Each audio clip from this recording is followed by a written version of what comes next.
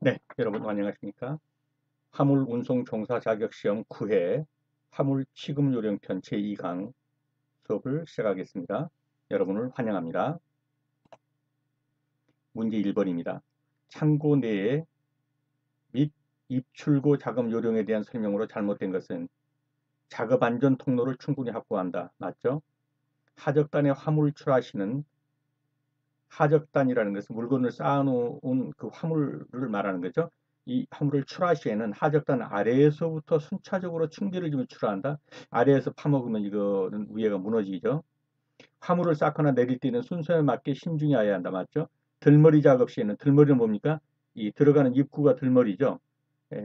그 화물 창고에 들어갈 때 그 들머리 작업할 때 이제 파낸단 말이죠. 이럴 때 적재 더미의 불안정한 상태를 수시로 확인해서 붕괴 등의 위험을 예방하라. 맞습니다. 틀린 건 무엇입니까? 아래에서부터 파먹는 거 이건 안 됩니다. 하작단의 화물 출하시는 위에서부터 순차적으로 출하를 해서 내려야지 밑에서부터 파먹으면 위가 무너지게 되겠죠. 정답 확인합니다.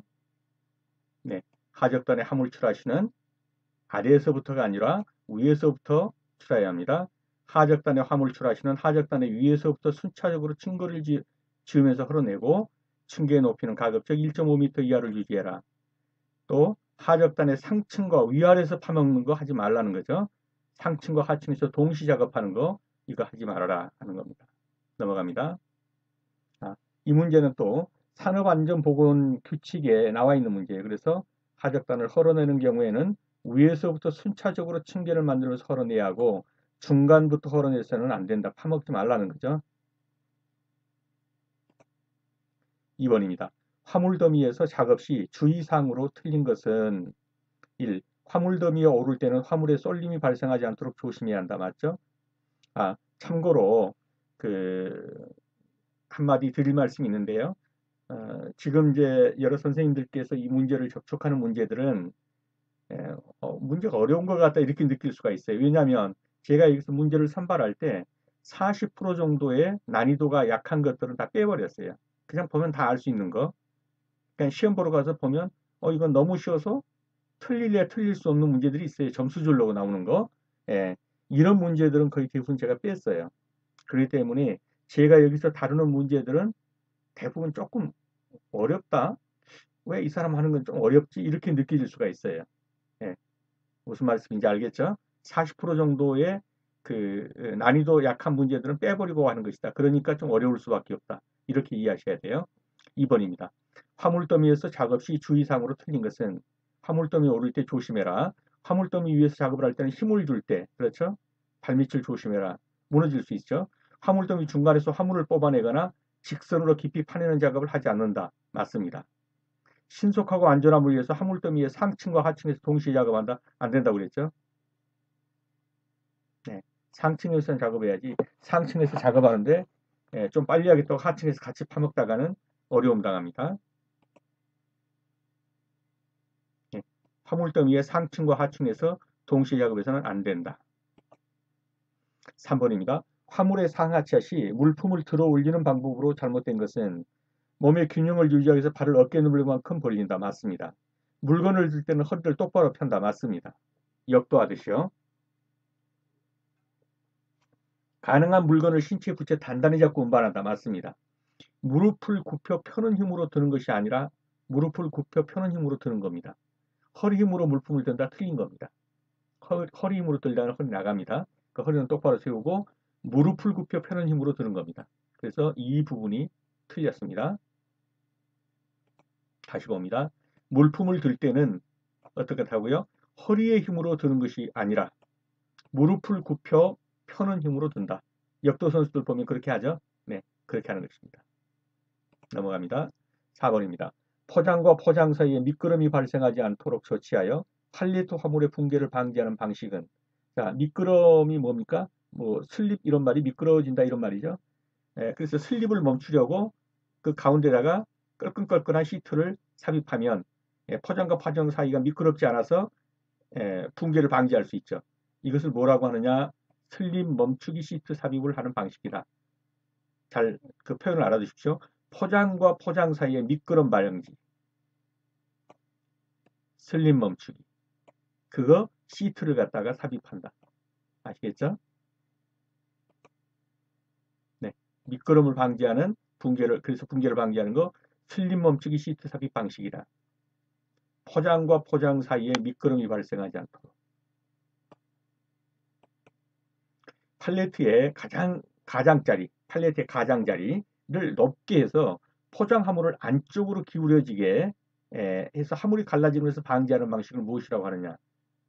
이건 그냥 외워두셔야 될 것 같아요. 주연어프 방식이라고 한다.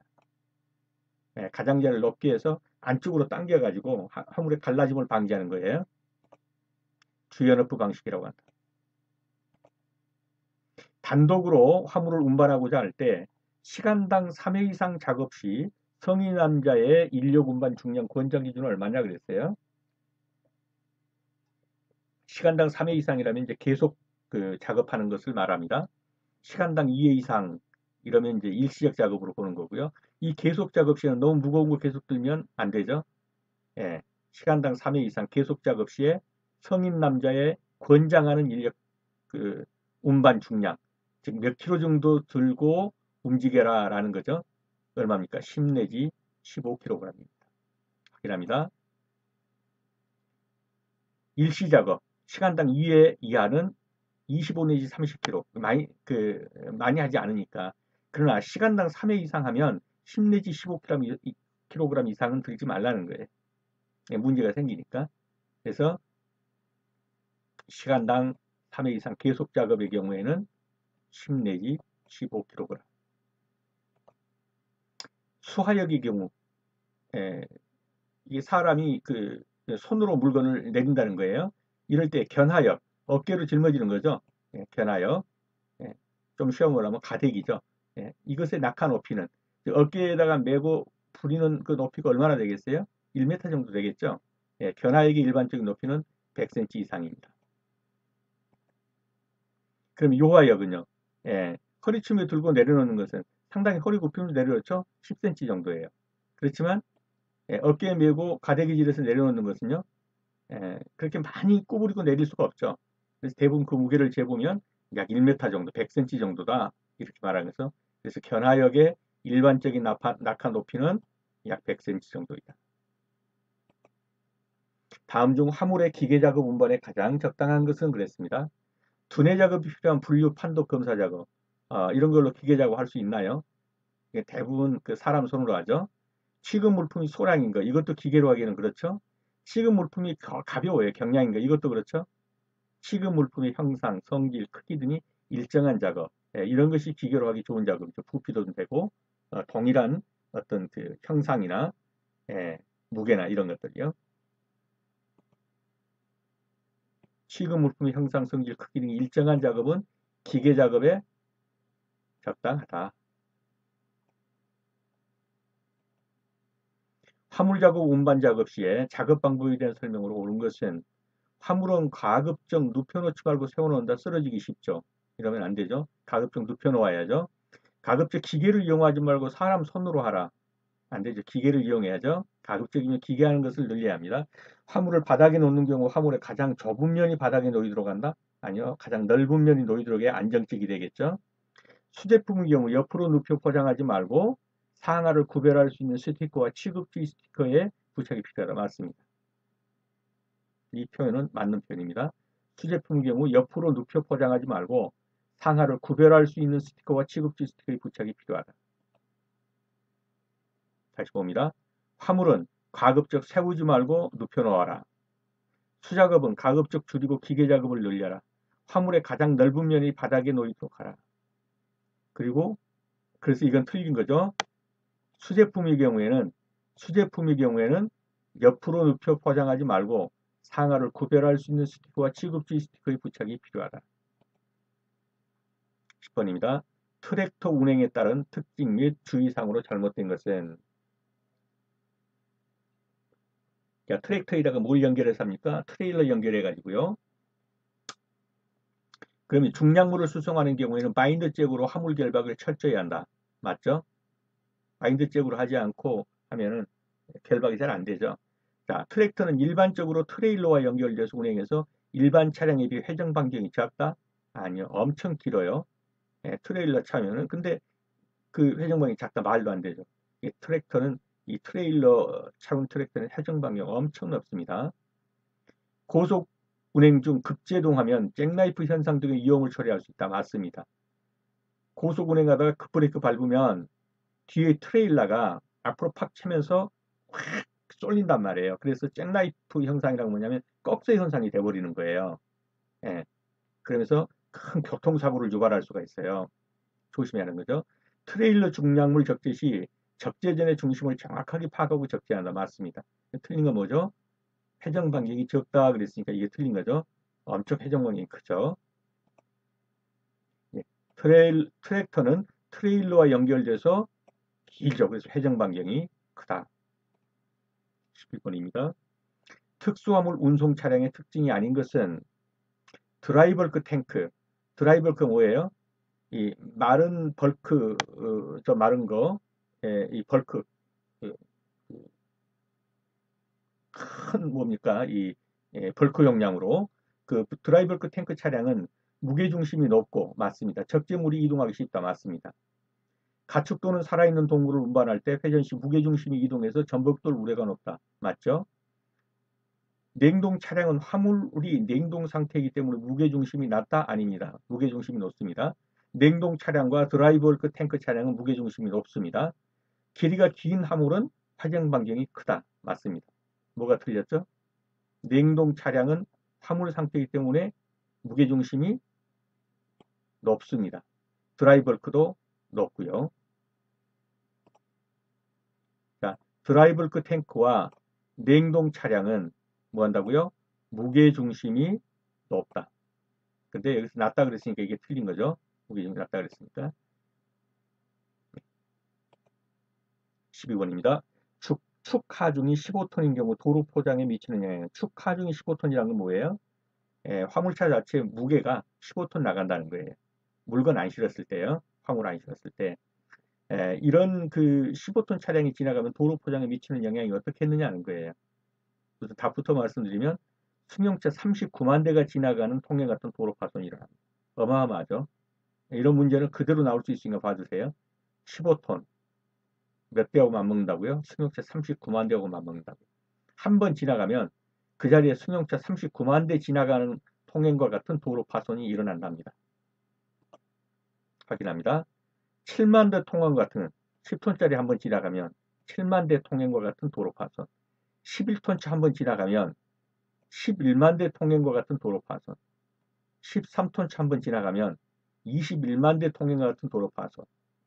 나올 수 있는 확률은 이 문제가 이대로 나올 수 있다. 15톤 39만.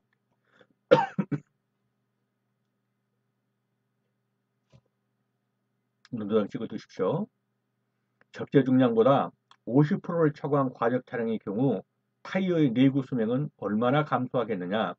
답부터 말씀드리면 60%가 감소합니다. 50%를 초과해서 과적을 하면 타이어도 60% 정도로 그 내구 연한이 감소한다는 거예요. 수명이. 자, 20%를 초과해서 적재를 하면 타이어는 30% 감소하고 50%를 초과해서 하면 60% 감소. 이번에는 고속도로 제한 차량을 보겠습니다. 축하중. 축하중이 아까 뭐라고 그랬죠? 그 차의 무게입니다. 차의 중량. 차량의 축하중이 10톤을 초과하는 차량은 고속도로에 다닐 수 없도록 제한하고 있습니다. 총 중량, 무게 실어가지고 40톤을 초과하면 고속도로 제한 차량입니다. 적재물을 포함해서 길이가 16.7m를 초과하면 고속도로 제한 차량입니다. 적재물을 포함해서 높이가 4.2m를 초과하면 고속도로 제한 차량입니다. 폭이 2.5m를 초과하면 고속도로 제한 차량입니다. 눈두장 찍어주세요. 차량 자체 축하중 10톤 초과, 화물 싣고 40톤 초과, 적재물 포함해서 16.7m를 초과하거나 차량의 높이가 4.2m를 초과하면 또 폭이 2.5m를 초과하면 고속도로 제한 차량이다. 이제 그러면 적재량 측정 같은 걸 하기 위해서 측정하거나 또는 관계서류를 제출하라 했는데 거부했다. 측정을 그거 했다. 그러면 어떻다고요? 500만 원 이하의 과태료에 처하고. 측정을 했더니 야 이거 뭔가 문제가 있다. 다시 측정해 주세요. 라고 하는 재측정 요구 시에는 몇 회 한해서 한 번 더죠. 1회 한하여 재측정 가능하다. 기억해 주십시오. 14번입니다. 다음 중 고속도로 운행 제한 차량이 아닌 것. 조금 전에 봤죠? 차량 자체의 축하종이 몇 톤, 10톤 맞죠? 적재물 포함한 길이 16.7m 초과하는 차량 제한한다고 그랬죠? 정상 운행 속도가 50km/h 미만. 이 뭡니까?